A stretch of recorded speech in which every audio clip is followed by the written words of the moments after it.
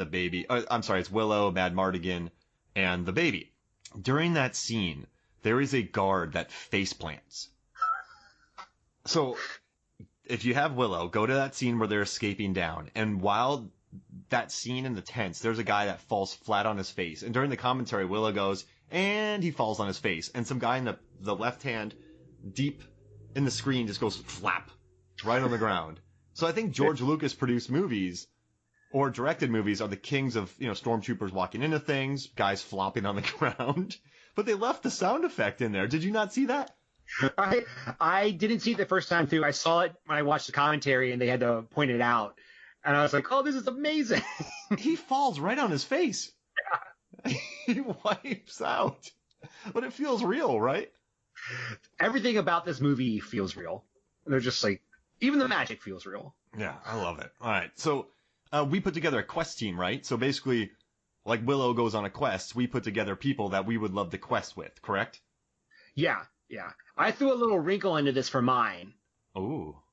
I wanted to look up an adventuring party that had a fighter, a wizard, a rogue, a thief, and a bard. Oh my gosh. So yeah. Oh wow. All right. So I just kind of put together a weird one, but it'll be good. So do you want to go first? Yeah. So for my fighter spots, the tank of the group, I have Prince Colwyn from Kroll. Yeah. Mostly because he has that crazy thing he throws around. Oh man, that's all he does is quest. I almost picked Conan, but then I was like, Conan wouldn't get along with anyone. No, he'd be a brat. He'd eat all the food. I wouldn't want to deal with him. All right, so for me, the first one I got is Hermione from Harry Potter, because in the Deathly Hallows Part 1, she has that tent that's like basically a mansion, and it's invisible. So while we're questing, she could just bust out some invisibility at night, and we could just chill out in like a mansion. She's also the most capable wizard in that series, maybe other than Dumbledore. I mean, that pad that they stay in is sweet. Ron's all grumpy. Harry's all whining. I just like, and she's the strong one, and she makes everything invisible. Yeah, she's an excellent choice. If everyone asks you what character from Harry Potter you want to be, you pick Hermione. Yeah, that's right.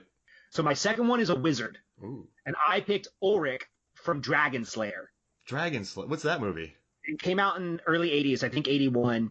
And it's about an apprentice wizard who has to go fight a dragon. And Ulrich is his mentor who ends up actually fighting the dragon. And it's pretty awesome. 100% look this movie up. Okay. Is it Rutger Hauer? I think it's No, I don't think Rutger Hauer's in it. It might be. I haven't seen it in a long time. It's one of the guys from the second Ghostbusters. The Vigo. Oh, that guy? Yeah, not Vigo, but the painter, the curator. He's in it. He's very young in it. Got it. So it's. All right, I need to watch this. Why does it sound like a Rutger Hauer movie to me? And it does. He was in Lady Hawk. Oh yeah. All right. Yeah. Which is also fantastic. All right, where am I going to go next? All right, I'm going to pick a really weird one here, and I'm going to go with the monkey from Kubo and the Two Strings. Oh. Have you seen that movie? No, but it's a really good pick because your adventure party always has to have an animal. And it's Charlize Theron voiced, and she's this monkey that leads Kubo on this epic journey being chased by these crazy evil people, and Monkey's just a badass. Awesome. Yeah, it's a really good one. I had a monkey. Who you got? I have Inigo Montoya in the rogue role. Yes. I love that. He's a rogue, right? Yeah. I was like, is he a rogue? He's definitely a rogue. That's perfect. I mean, I love that scene, right? Where he's just waiting for the Dread Pirate Roberts to climb up the mountain, and he's just waiting for him. Switching to my right hand. Me too. What? Oh man. And he's revenge driven. He travels long ways. He has a good heart, but he's a legit warrior. Good hair. Man, I like it. You know what? So I had Fezzik from Princess Bride, so I'm going to take him out of this. Okay. Because we don't want two Princess Briders. Yeah. All right. So this one's weird, but I just put Tom Hardy from Mad Max, not the Mel Gibson one. Because how much does he survive on his journeys? Everything. He's basically a cockroach. Well, that's if you believe that he's the same character. There's a theory that every movie is a standalone movie and that Mad Max is like Zelda or Link. where it's just who he is. It's like different periods, and you're always just having a Mad Max. Well, I guess I'll go with this guy because he loses a lot of blood, and then he's not woozy, and he doesn't need a sandwich. Yeah, he's pretty strong. That's a good one. That's a really good one. All right, go. Oh, sorry, go for it. One. He's the what? Really weird one. Yeah, I mean, really weird one. That's what you want, right? You kind of want the sullen one, so you don't have to deal with conversing with everybody. Yeah. All right, who you got next? Beef roll. Who? I have Will Scarlet from Robin Hood. Ooh, which one? The one, and this is Slater. Yes. With the knives. have some Christian Slater in this movie? Oh, I love it. And he's a thief? Well, they're all thieves. Oh, yeah, you're right. They're the oh, that's funny. That's a random poll right there. I like it. How'd you come up with that one? Well, I was looking for fantasy movies, and then I was struggling with the thief and the bard, frankly. And I just typed in fantasy thieves, and he came up, and I was like, oh, I've seen that movie. I like that character. Put him in. I mean, he catches an arrow through the hand, doesn't he? Yeah, he does at the end. And then he's fine. Yeah, I think they capture him at one point. And they have to go save him. Yeah, and then he gets out of that, and he fights till the end. And it's Christian Slater. He's great. Yeah. That's a good pick. That's a movie films and flicks pick right there. That's a deep pull. All right, so what do you have? All right, I'm gonna pick. This is really random, but I'm gonna go with Valkyrie from Thor Ragnarok. Oh, she's so good. Yeah, because like she goes on a journey. She gets stuck on a planet, right? And she's the typical quester because she's on her own because all of her entire army gets wiped out. Then she goes back to Asgard, fights that entire battle. I just think you could journey with her. And she's kind of like the drunk. She could maybe be the leader. I don't know. Who knows? I don't know. I don't know if she'd be the leader. Yeah, I think it's a really good pick. So I think she'd just be fun to have around. So I'm picking her. Okay. All right. Who you got? For my bard spot, this was really, really hard. Really hard. I picked Geoffrey Chaucer from A Knight's Tale. Ooh. Yeah. He already made the team. Yeah. But I have an alt pick just because I couldn't decide really well. And that is Tenacious D as a combo because they are bards 100%. Oh, the pick of destiny too. They go on a journey. Yeah. They've battled the devil. And they won. Yeah. And the greatest song they can't remember. I love it. So my last one is Forrest Gump. What? Because, all right, Vietnam, he just runs. He's a football player. He runs. He runs across country. I mean, he makes journeys. He becomes great at ping pong. Like, he couldn't get tired. He would just keep going, right? Yes, but you would need someone to direct him. Yeah, and if no one told him to stop, he would just keep running. But think about this. You're under attack, right? We're on our quest, and we're under attack. And we're just like, Forrest, run to Rome and tell them we're under attack. He would just run to Rome. He wouldn't stop. Yeah. All right, guys, see you later. Yep, and then he would get there, and he would bring people back, or he'd forget to. He would remember. Yeah. He that's actually a fun pick.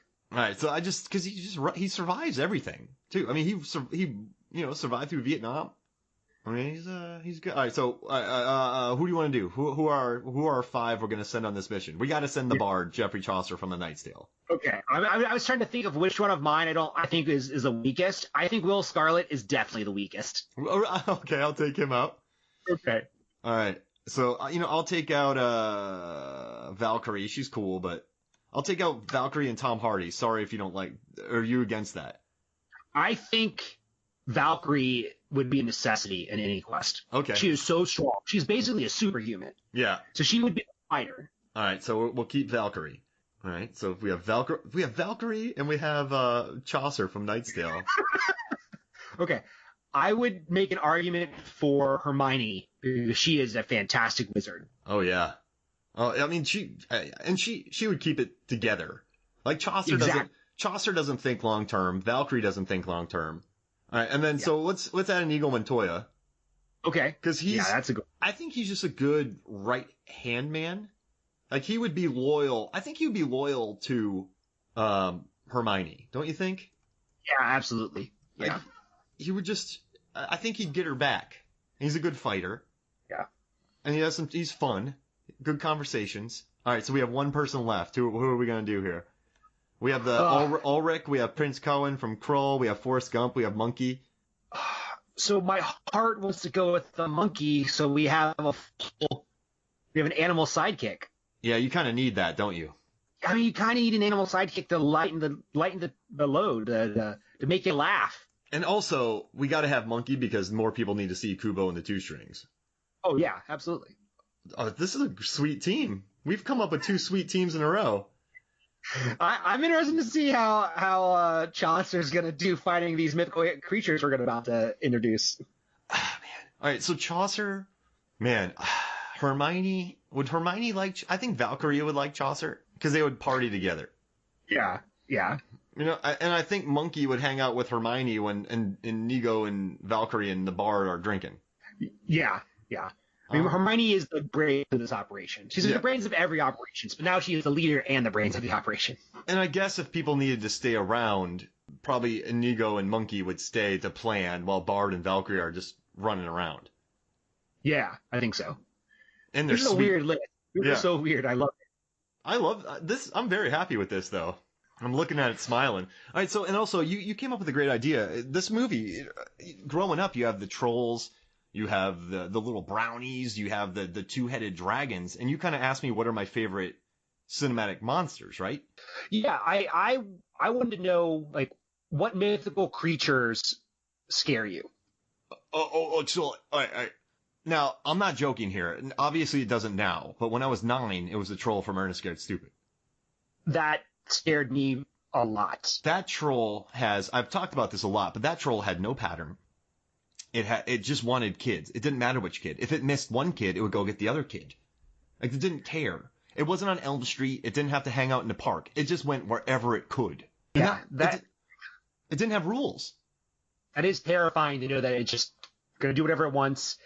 And that's a terrifying movie, period. As a little kid, you're watching that when you're like 10 or 9, and it's really scary. It's probably pretty scary now, honestly. I was a nervous wreck after watching it. Yeah, we talked about this on the last episode as well, and I'm really happy because I feel like no one knows about this movie, but I was traumatized by it.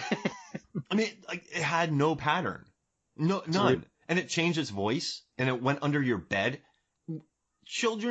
Kids should never watch horror movies where something's under the bed. Yeah, for a long time after I watched Child's Play, I was incredibly scared, and I had my buddy that my great grandmother had given to me, and I immediately came home and I chucked it down the basement steps, and I was like, I'm never playing with this thing. But then the problem is that then I had to go down the stairs, and I was like, oh no, it's gonna back my ankles. Yeah, your Achilles are done. Which mythical creatures got you? So the mythical creature that really scares me is the Wendigo. Which one's that? So it is a person who eats the flesh of another person and basically turns into a shape-shifting cannibal. So they turn into like a wolf. And what scares me about it is that you have the brains of a human and the body of a really powerful animal. And they are going to trick you into like coming outside and then going to eat you. Is that Ravenous? That's yes, it does have a Wendigo in that. We're talking about that movie eventually, right? After Airborne. Yeah, absolutely. But I had a close second. All right, let's hear it. The Sphinx. I feel like the Sphinx is downplayed a lot, but it has a lion's body, human's brains, can fly around. Like, that would be a terrifying animal to have to fight. Yeah, it was just air, land. You're done. Yeah. It's going to be smarter than you, too. I had a tiny bird attack me once while I was running. And so I was running, and this thing hit the back of my head. And then it hit the back of my head again, and the neighbor was laughing at me when I was running by. And then I felt my head later on in the day, and those little tiny talons from a little tiny bird got me cut open. So imagine what a Sphinx would do. You can't punch a tiny bird. Yeah. If a Sphinx comes at you, you're done. Now, I know it's not a mythical creature, but I added I know it's different, but the crawlers from The Descent.